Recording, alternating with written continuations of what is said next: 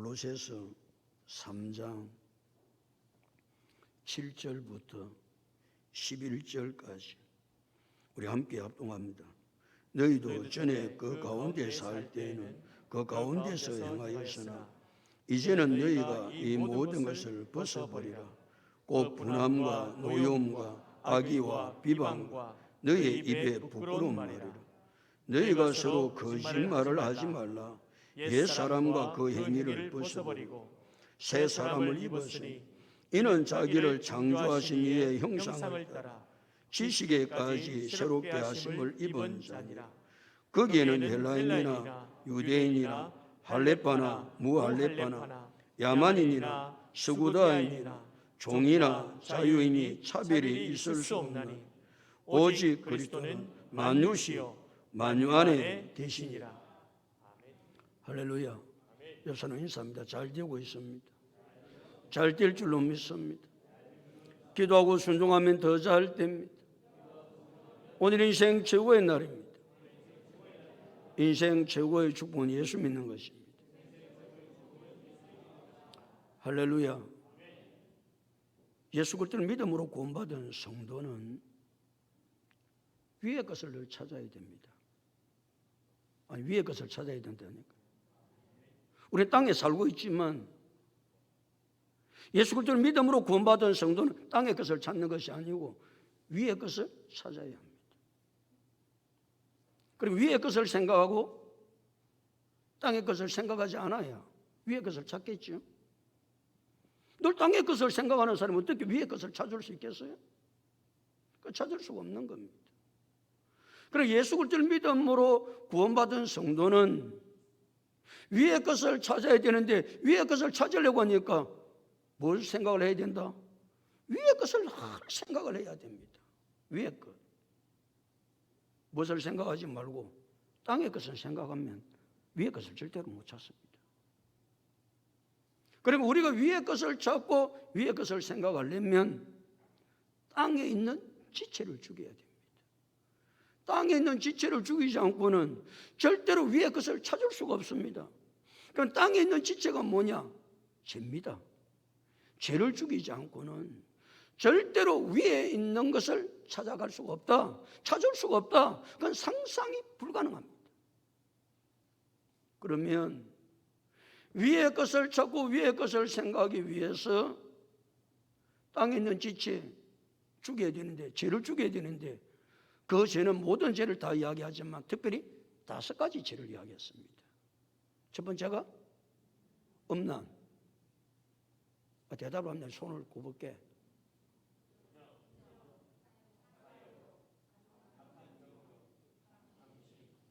다섯 가지입니다. 음란과 부정과 사욕과 악한 정욕과 탐심.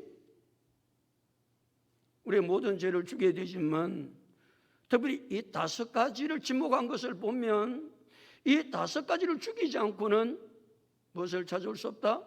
위의 것을 찾을 수가 없는 것이죠. 탐심은 모든 죄의 근원입니다. 탐심이 뭐라고요? 모든 죄의 근원입니다. 근원. 왜 탐심이 모든 죄의 근원이냐 하면은 첫째 사람 아담과 하와가 하나님의 말씀에 불순종하는 죄를 지었을 때에 하나님과 같이 되고자 하는 탐심이 그 속에 있었기 때문에 하나님의 말씀에 불순종하여 첫 번째 죄를 짓습니다. 뭐 때문에요? 탐심 때문에. 탐심. 이 탐심은 모든 죄의 뭐라고요? 근원입니다. 근원. 그러니까 모든 죄가 지어지게 되는 것은 어디에서 출발하느냐 하면은 탐심에서 출발하는 것이다. 그러니까 이 탐심은 뭐 해야 된다? 이겨야 되는 거예요. 왜? 모든 죄의 근원이기 때문에 그렇습니다. 그래 탐심을 이기지 않고는 절대로 다른 죄를 이길 수가 없습니다. 탐심을 이기지 않고는 위의 것을 찾을 수가 없습니다. 탐심을 이길 수 있는 방법이 뭡니까? 감사와 자족하는 것입니다. 그러니까 하나님 오늘 이 시간도 은혜 주셔서 감사합니다. 이 하루를 살아가게 해주시니 감사합니다. 이것도 주신 것을 감사합니다. 저것도 감사합니다. 그냥 다 입에서 이 사람은 감사가 나와야 무엇을 이길 수 있다? 탐심을 이길 수가 있습니다. 그 다음에 뭐 할 때? 자족할 때 하나님, 내 형편에, 내 처지에, 내 꼬라지에 이렇게 해주신 것 하나님 자족하고 내가 삽니다. 족합니다. 내 꼬라지에 이만하면 되죠. 뭘 자족하는 것입니다.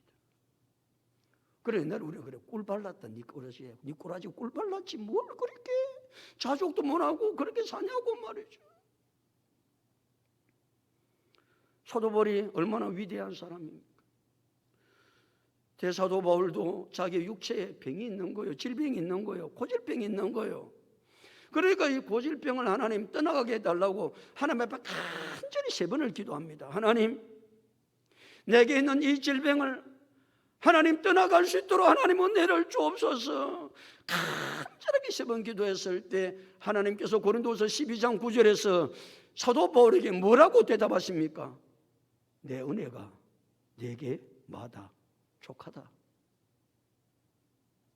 내 은혜가 네게 족한 줄 알아야지. 하나님의 은혜가 족한 줄 알아야 감사가 늘 삶 속에 있어야 뭐가 내 입에서 떠나갑니까? 원망과 불평이 떠나갑니다. 감사와 자족의 반대는 원망과 불평이거든요. 그러니까 늘 탐심 있는 사람, 그 입에는 원망과 불평이 끊이지를 않습니다. 입만 열면 원망, 입만 열면 불평. 여러분 속에 탐심이 얼마나 있는지 잘 아세요? 내 속에 탐심이 얼마나 있는지는 내가 뭘 하는 것 보면 알 수 있다. 원망과 불평의 삶을 사는 것 보면 그만큼 내 속에 무엇이 가득한 겁니까? 탐심이 가득한 겁니다. 우리는 탐심이 있는지도 잘 몰라요. 내 속에 탐심이 있는 것은 다른 것으로 깨우칠 수 있는 것이 아니고 내 삶이 원망과 불평을 하는 것을 보면 내가 얼마나 탐심이 내 속에 가득한가 알 수 있습니다. 여러분 삶을 생각해 보십시오. 늘 감사하며 자족하고 살아가고 있는지, 아니면 원망과 불평, 탐심은 탐심으로서 끝나지 않습니다. 탐심의 문제는 무엇입니까? 그것이 우상숭배라는 겁니다. 우상숭배? 무슨 탐심이 우상숭배냐고요? 탐심을 가지면 하나님이 보이지 않습니다. 아니, 탐심을 가지면 믿음에서 떠납니다. 이 탐심이 얼마나 무서운 것인지 하면요, 내가 탐심을 가지는 순간 믿음 생활할 것 같지만 믿음 생활이 안 됩니다. 탐심을 가지는 순간 하나님을 떠납니다. 그래서 탐심은 무엇이니라? 우상숭배니라. 사랑하는 성도 여러분, 우리의 믿음의 삶은 그냥 그저 교회 왔다 갔다 시계 주마용으로 그렇게 하는 것이 신앙생활이 아니올시다. 예수 그리스도를 믿음으로 구원받은 성도는 늘 무엇을 찾아야 된다? 위의 것을 찾아야 됩니다. 위의 것. 위의 것은 다음에 시간에 놓습니다. 위의 것을 찾아야 됩니다. 위의 것을 찾으려고 그러니까 늘 무슨 생각을 해야 된다? 위의 것을 생각해야 됩니다. 위의 것을 찾으려고 그러니까 땅의 것을 생각하면 절대로 위의 것을 못 찾습니다. 늘 땅에 매여 삽니다. 두더지 모양으로.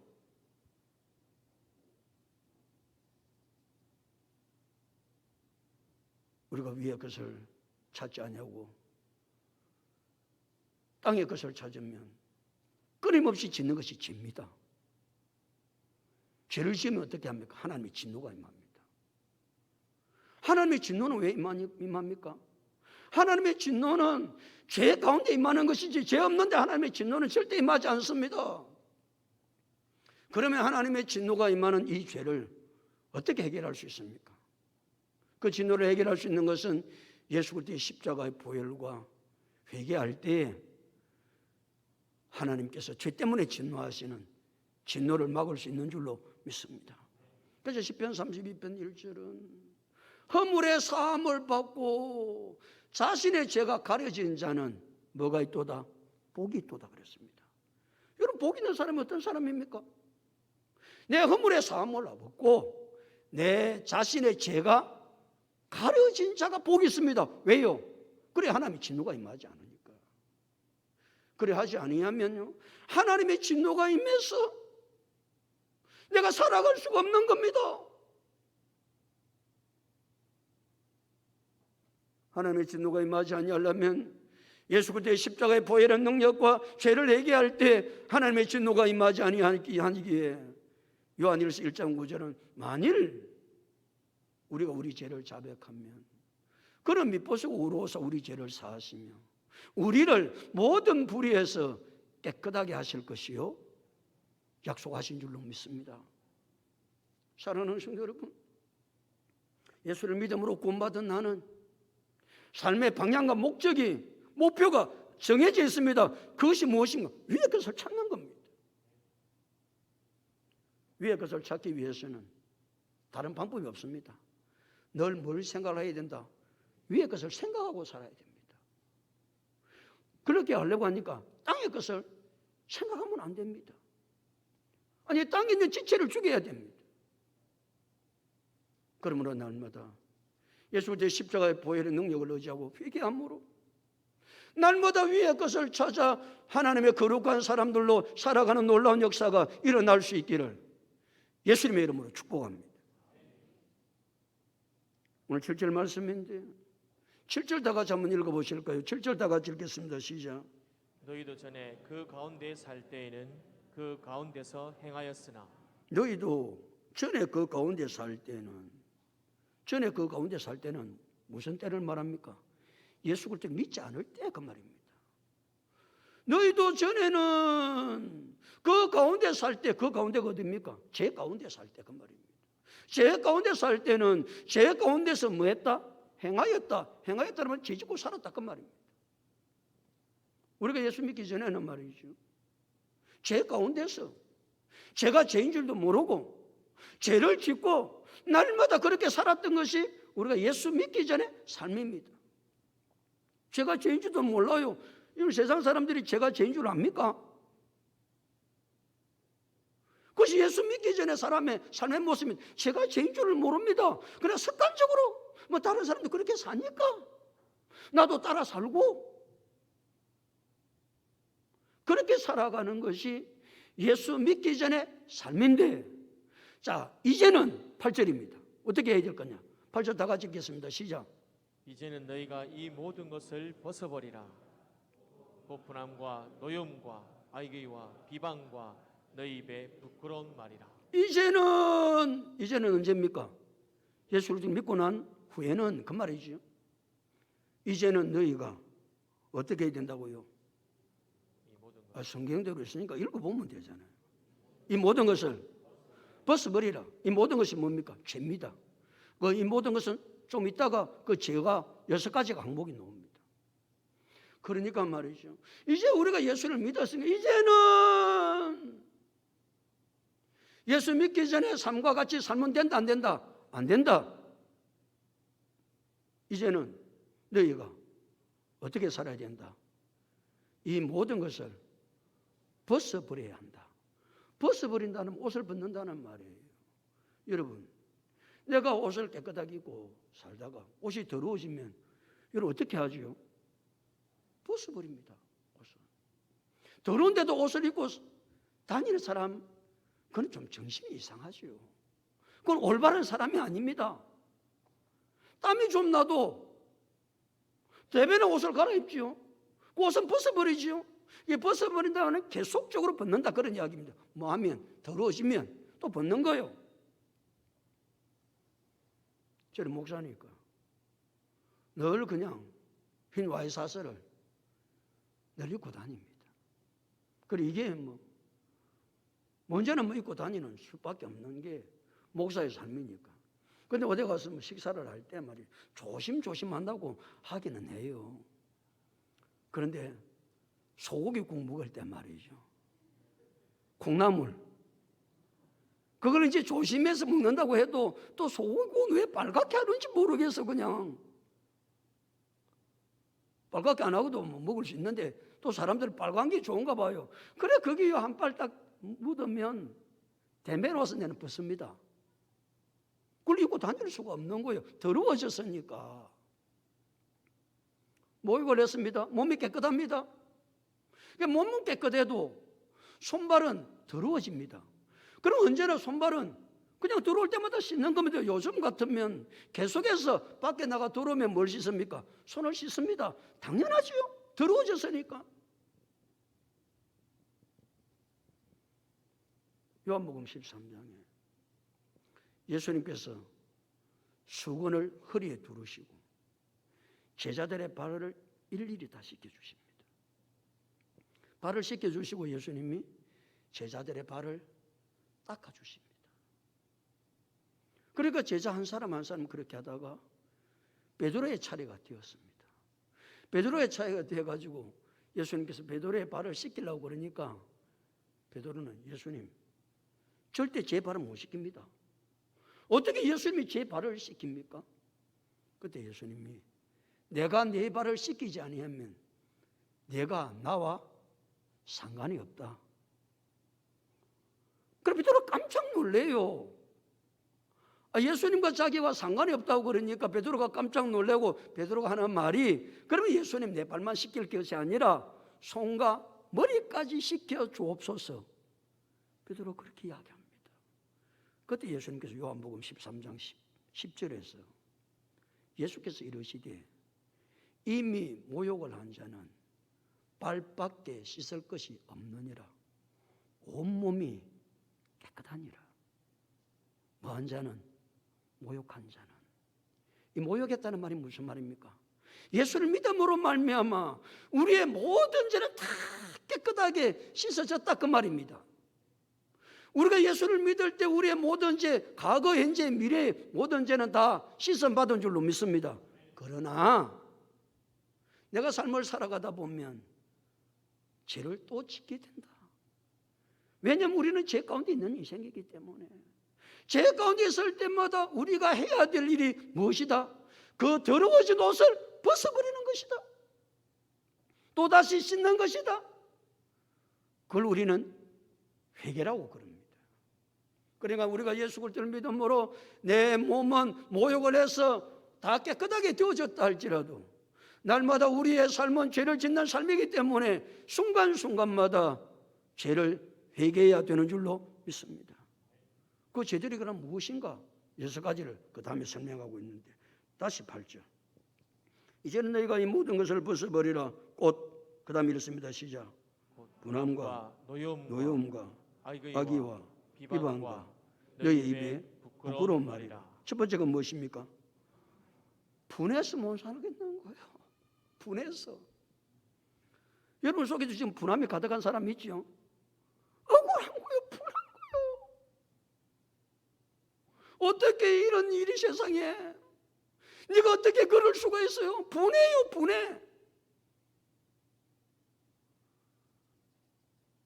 그 분함을 뭐라고요? 벗어버리라고 하나님은 말씀하고 계세요.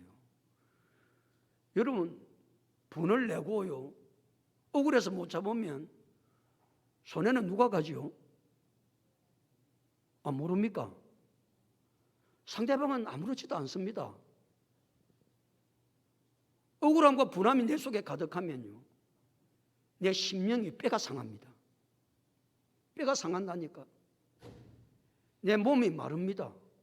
내 영혼이 배짱 말라 죽습니다. 그건 놔놓고 말이죠. 분함은 가지면 안 된다는 거예요. 분함이 있을 때 뭐한다? 뭐한다? 또 벗어버리면 이야기하면 되나? 회개해야지. 하나님 내가 분함을 가지는 이 죄를 용서하여 주시고 내가 이 분함을 다스릴 수 있도록 내 힘으로는 감당하기 어려우니까 성령 하나님께서 도와주셔서 이 분함을 이길 수 있도록 은혜를 주옵소서. 회개해야 되는 줄로 믿습니다. 첫 번째는 분함입니다. 두 번째가 무엇입니까? 노여움입니다. 노여움은 내 속에 이제 분을 참고 있다가 폭발하는 것을 말합니다. 밖으로 표출하는 것입니다. 그러죠? 분함을 가지고 있다가 이 분이 폭발하면요, 무섭습니다. 참다가요, 사람이 분을 폭발하면요,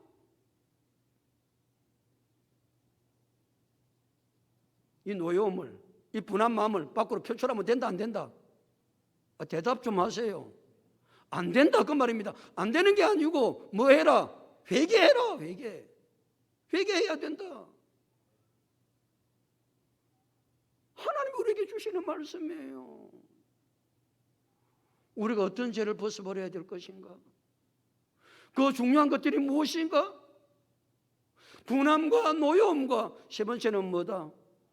악입니다. 악이. 다른 사람을 헤아리려고 생각하는 것. 어떻게 하면 내가 저 안갚음을 놨지? 내가 어떻게 하면 갚아주지? 저걸 내가 어떻게 갚아줘?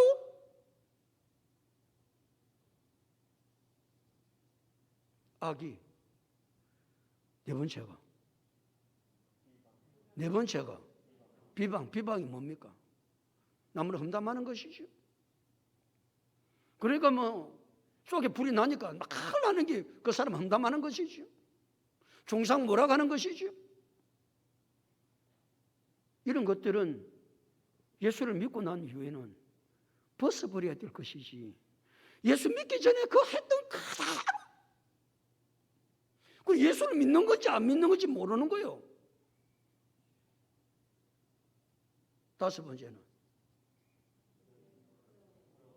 간단하게 말하면 부끄러운 말이 부끄러워 하는 말 들어보면, 왜 말이 부끄러우면 천해, 말하는 소리 들으면 너무 천한 거예요. 어떻게 예수 믿는 사람 입에서 저런 말을 할 수 있지? 천해요. 또 부끄러운 말이라는 말은 상스러워요. 쌍스러운 소리를 얼마나 예수 믿는다는 게 아는지. 그러니까 말을 들어보면 이게 예수 믿는 건지 분간이 잘 안 되는 거요. 여섯 번째는 9절에 나와 있는데, 우리 다 같이 9절을 읽겠습니다. 시작. 너희가 서로 거짓말을 하지 말라. 옛사람과 그 행위를 벗어버리고. 여섯 번째가 뭡니까? 거짓말입니다. 거짓말은 남을 속이는 것이죠. 이 거짓말은요, 죄의 출발입니다. 출발. 그래서 거짓말이 무서운 거예요. 죄의 출발입니다. 마귀가요, 하와를 찾아와서 선악과를 딱 먹으라고 하지 않습니까? 그때 마귀가 하는 말이 무슨 말입니까? 거짓말입니다. 그러니까 이 세상에 제가 출발할 때 무엇으로 제가 출발하느냐 하면은 거짓말로 출발합니다. 거짓말은요, 내 자신을 먼저 속이는 겁니다. 내 자신을 속이는 겁니다. 두 번째는 다른 사람을 속이는 것입니다. 세 번째는 하나님을 속이는 것입니다. 그래서 거짓말은 무서운 것입니다. 거짓말은. 자, 우리가 벗어버려야 될 것 몇 가지 있다. 특별히 이제 6가지를 이제 대표적으로 내놨는데, 그것만 있는 것은 아니고 모든 죄를 벗어버려야 되는데, 그래도 이 6가지를 지목을 한 것을 보면 이 6가지가 굉장히 문제가 심각한 것이죠. 그 첫 번째가 무엇이다? 분함. 두 번째 노여움. 세 번째 악의. 네 번째 비방. 다섯 번째 부끄러운 말. 여섯 번째 거짓말. 이 모든 것은 우리 성도가 뭐 해야 될 것이다? 벗어버려야 될 것이다. 회개해야 될 것이다. 그 말이 회개. 이런 일들이 일어날 때마다 그냥 가만히 있으면 안 되는 거예요. 그런데 문제는 거짓은요, 죄의 출발인데 사람들이 거짓말하는 것을 죄라고 생각을 하지를 않는데 문제가 있습니다. 얼마나 사람들이 거짓말을 잘하는지 모릅니다. 입에 뭐도 안 바르고 침도 안 바르고 거짓말합니다. 무슨 거짓말을 합니까? 새빨간 거짓말을 합니다. 새빨간 거짓말만 거짓말이 아니고, 사람들이 얼마나 거짓된 삶, 거짓말을 남을 속이는지 모릅니다. 그 가운데 대표적인 사람이 뭡니까? 정치가들이죠. 정치하는 사람들은요, 말을 얼마나 이랬다 저랬다가 자기 유리한 대로 말 바꾸기를요 얼마나 잘하는지 모릅니다. 그 다음에 산거래 물건 사고 팔 때 얼마나 거짓말을요 어떻게 해서 속여가지고 이 물건 팔아볼까 그 생각밖에 없지요. 그래서 무슨 광고를 하는? 가상 광고를 하는, 가상 광고. 허위 가상 광고. 허위예요. 그런 것도 아니에요. 그런데 약 한 병 가지고 이야기 마치 무슨 약처럼 만병통치약처럼 서커스 다녀와서 팔 때는 전부 다 약이 만병통치약이에요. 배 아플 때도 먹어도 되고 머리 아플 때도 먹어도 되고 허리가 아플 때도 먹어도 되고 간절히 쑤실 때도 먹으면 되고. 장사꾼들 말이죠. 얼마나 헛된 광고를, 거짓된 광고를 많이 하는지 모릅니다. 얼마나 사람들이 신뢰가 다 깨어졌으면 참기름을 팔 때도 뭐라고 하지 않으면 참기름이 안 팔립니까? 진짜 참기름 안 쓰면 참기름이 안 팔립니다. 그 말이 무슨 말입니까? 이 사회가 불신 사회로 변했다는 이야기입니다. 말 사람 아무도 없다? 믿을 놈 아무도 없다는 겁니다. 누구를 믿어요? 믿을 사람이 없는데 불신이 팽배한데 그러니까 사람들이 거짓이 난무하니까 자기도 그냥 거짓말을 하지 않으면 손해갈 것 같으니까 거짓말을 그냥 밥 먹듯이 하는 거예요. 얼마나 거짓말을 많이 하는지 모릅니다. 대화를 하는 가운데도 저는 언제나 그 소리를 들을 때마다 기가 제일 차는 것이 내가 하는 말은 진짜다. 쥐 하는 말이 진짜라는 거예요. 그럼 지금까지 한 말이 가짜였네? 나는 대화하는 중에 지금 내가 하는 말은 진짜야. 그 소리를 들으면요, 야, 이 사람 믿을 사람이 아니네. 그 전에 이야기한 전부 다 가짜 이야기했는가 봐. 아니, 진실로 이야기했다 할지라도 입에 발린 게 그냥 내가 말한 건 진짜라고 말을 해야 다른 사람이 신뢰할 것 같으니까, 불신사회니까 얼마나 가슴 아픈 이야기예요. 이 사회가 무엇으로 지탱됩니까? 신뢰로 지탱됩니다. 신뢰가 깨어지면요, 불신사회가 되면 그 사회는 망합니다. 그래서 우리는 망하기 일부 직전입니다. 믿을 것이 아무것도 없으니까. 누구를 믿어요?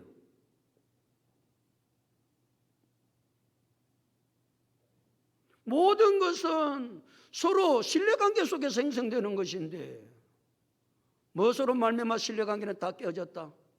거짓말로 말미암아, 속이는 것으로 말미암아 이 사회는 불신사회가 되어져 버렸습니다.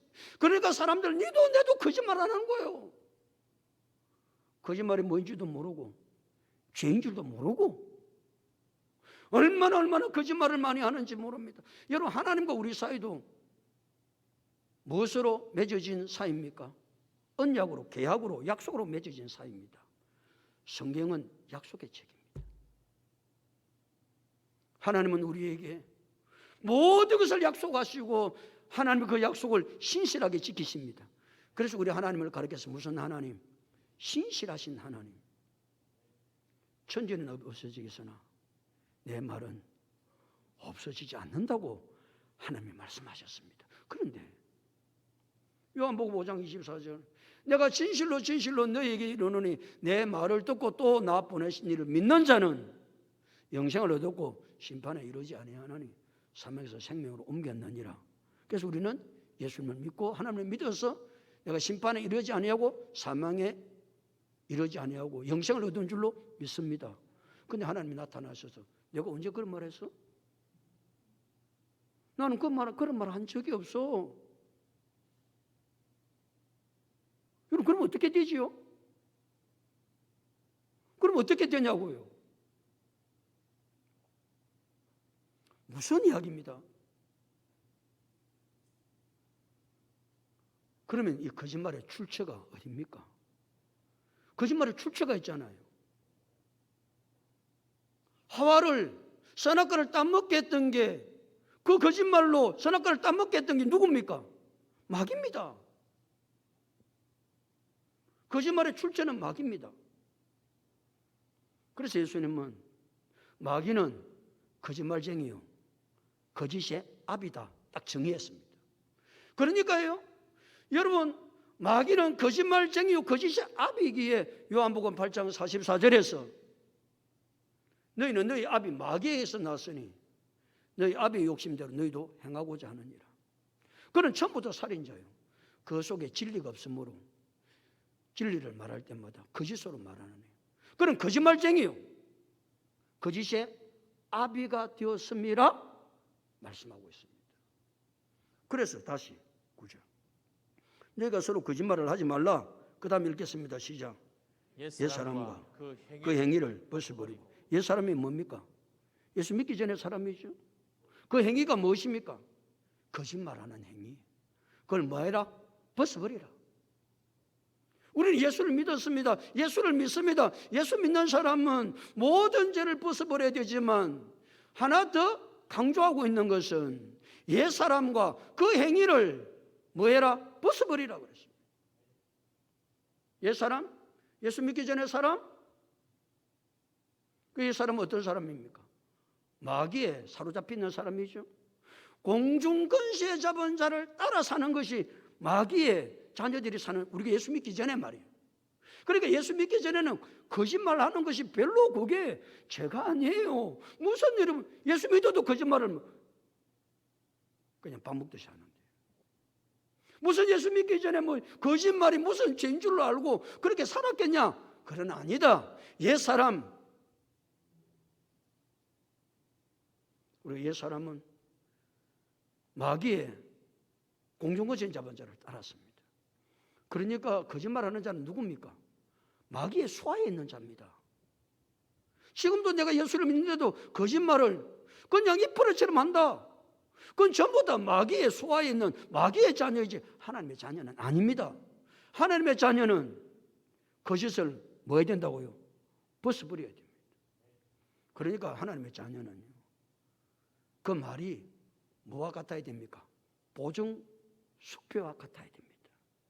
딱 말 한 번 하면 그 말이 보증 숙표와 같이 그대로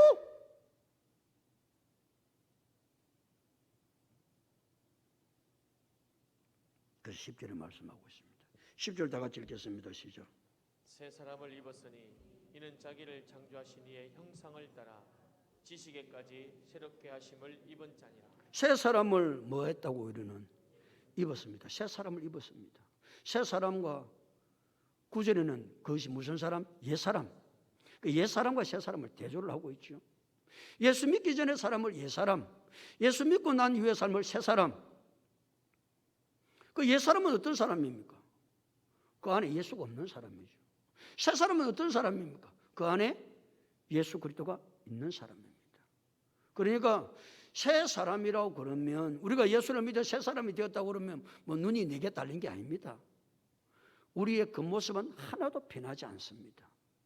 똑 다른 사람 꼭 같습니다. 눈 2개 있고 뭐 코 있고 뭐 귀 2개고, 예수를 믿었다고 새 사람이 되어서 귀가 4개 달리고 그런 건 아니라니까. 단지 뭐가 바뀌었습니까?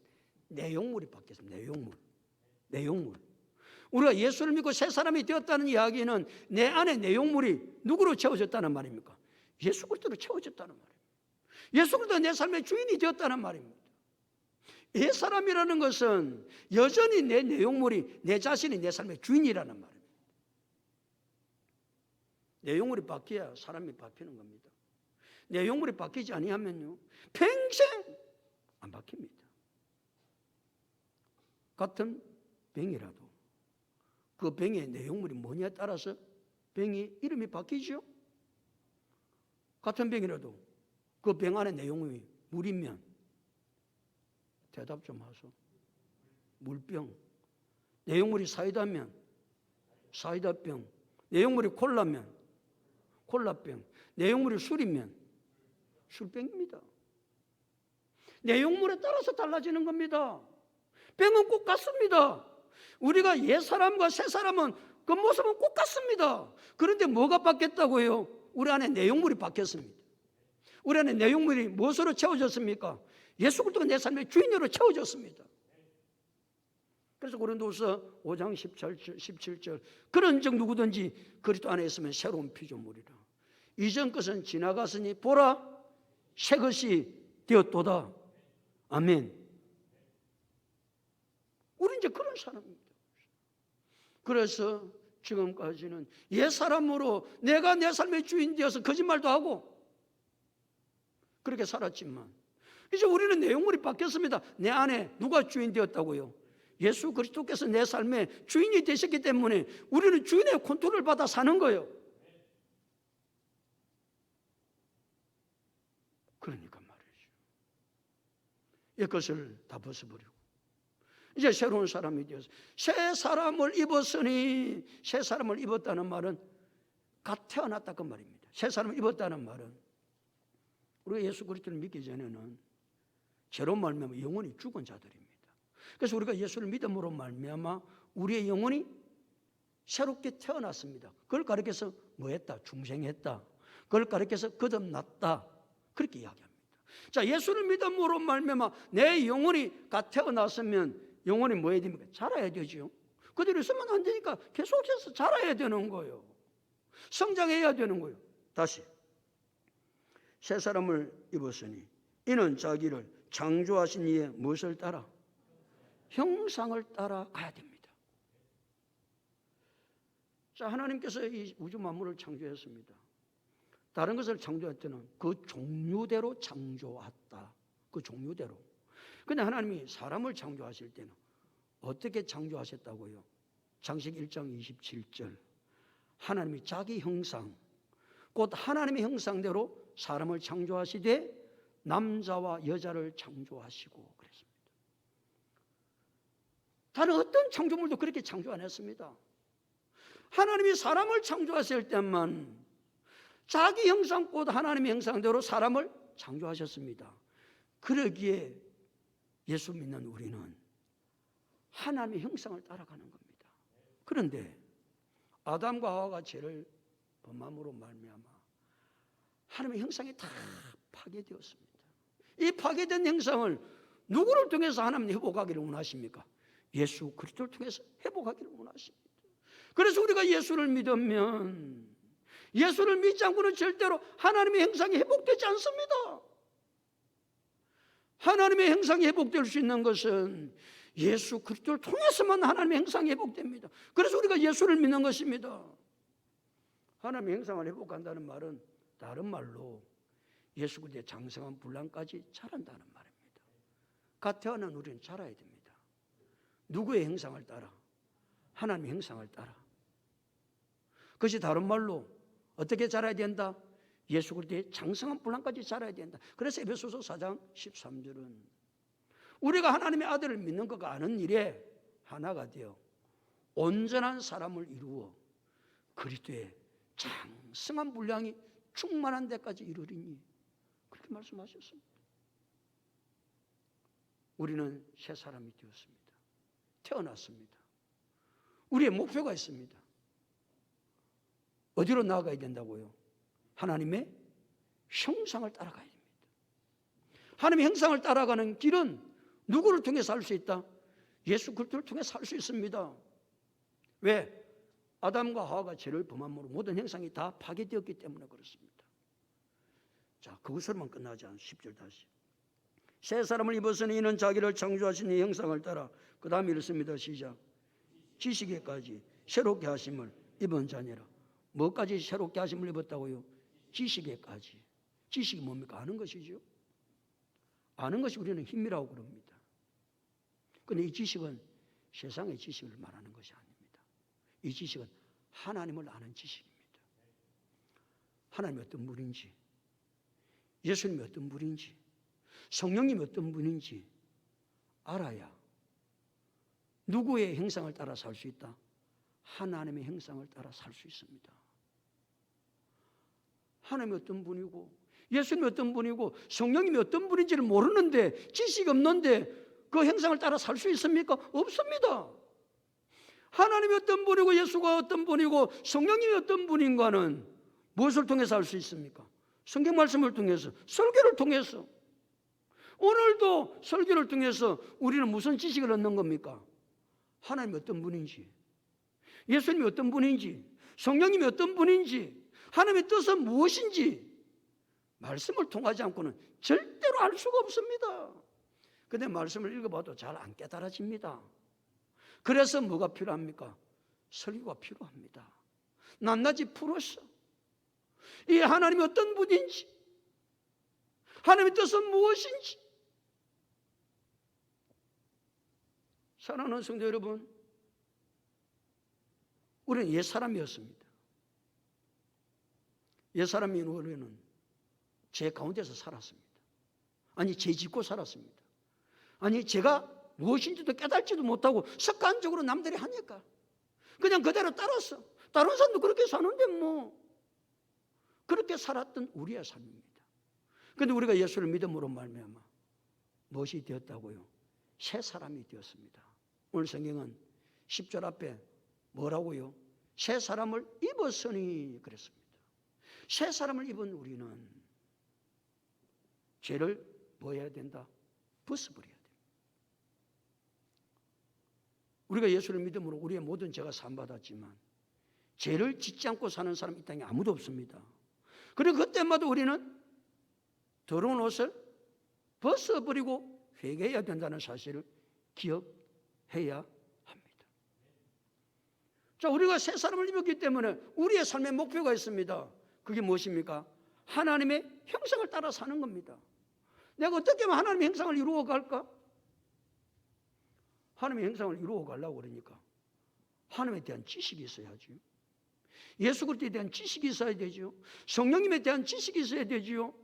성삼위 하나님이 어떤 분인지도 모르는데 어떻게 하나님의 형상을 따라 살 수 있습니까? 살아갈 수가 없습니다.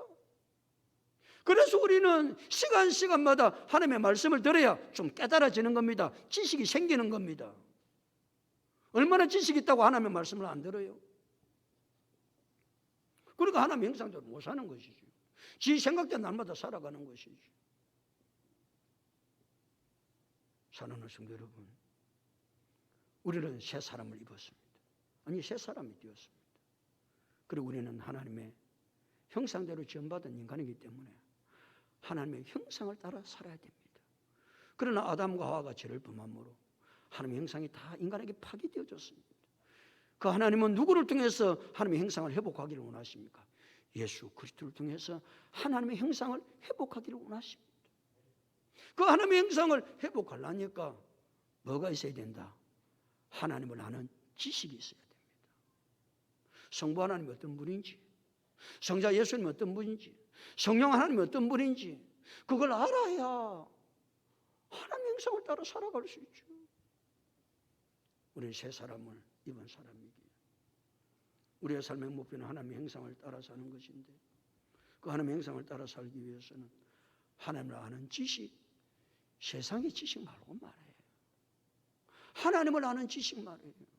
그 하나님을 아는 지식이 가득해서 새 사람답게, 새 사람을 입은 사람답게 하나님의 형상을 따라서 살아갈 수 있는 우리 모두가 다 될 수 있기를 예수 그리스도 이름으로 축복합니다.